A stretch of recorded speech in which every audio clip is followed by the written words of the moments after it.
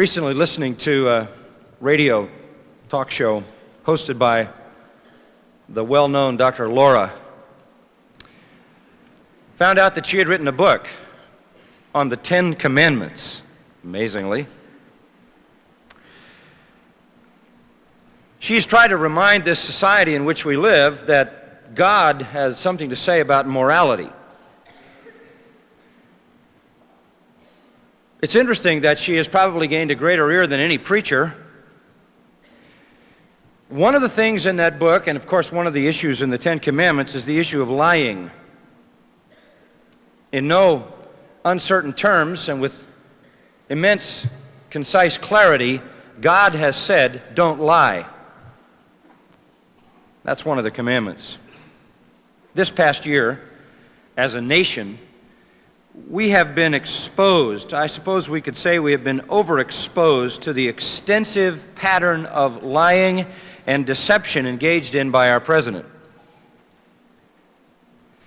Apparently, a pattern of life which has become a habit for him, in which he has engaged for most of his life.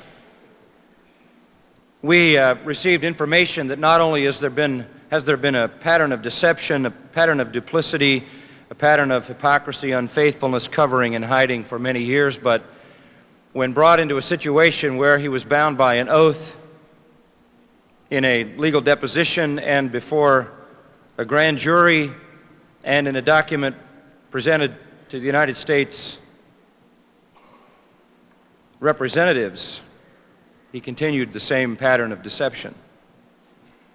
In fact, the extent of this lying serves perhaps as the greatest illustration of the devastation of lying that I've ever seen in my life, and certainly has ever been seen in this country and maybe in the world. The president continually denied that he ever asked anyone else to lie, yet in an effort to carry off the deception, he actually encouraged everybody around him to gain the hearing and pass on the same lies. He encouraged his wife, his daughter, his friends, his cabinet, his White House staff, loyalist media friends, congressmen, senators, and everybody else to believe his lie and therefore to pass it on as if it were the truth. In some cases, I think people knew it was a lie, passed it on anyway. In other cases, I think they didn't know, they believed him. Consequently, we have been enmeshed in this incredible mass of deceptions that has escalated to the point where we have had special counsel working with his staff for years and years at a cost of millions of dollars for the single purpose of uncovering the truth in the midst of all the lies. To have a ruler, a national leader who is known to lie, is of serious consequences. Listen to what God says about that. Proverbs 29:12. If a ruler pays attention to lies, all his servants become wicked. If a ruler pays attention to lies, all his servants become wicked. Why? Because honest, honorable people of integrity will not serve a lying leader. People who believe in truth and integrity and virtue will not stand by and serve one who lies. A corrupt leader draws around him corrupt people. Allow lies and you will be surrounded by liars. Because people who love truth and people who love honesty and integrity will not tolerate hypocrisy, duplicity, and deception. They cannot approve of such things. Proverbs 13:5 says, a righteous man hates lying. And that is why Proverbs 17:7 says, and this is very important, lying lips are not fitting for a prince.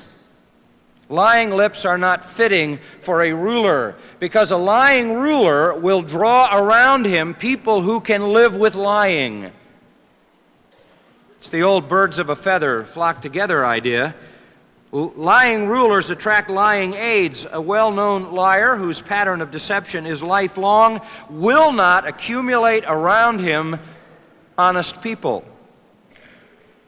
So what happens is the corruption becomes extensive, the lying becomes extensive, and the confusion becomes extensive. Liars protect themselves at the expense of others. Proverbs 26:28 says, "A lying tongue hates those it crushes." So you have an abuse of power, as liars, in an attempt to keep the lie covered, abuse the people who would bring about the truth. In spite of all of these realities, we hear the results of the so-called polls telling us that 72 or 73% of the American people really could care less whether the president lies. That may be the single greatest indictment on this nation.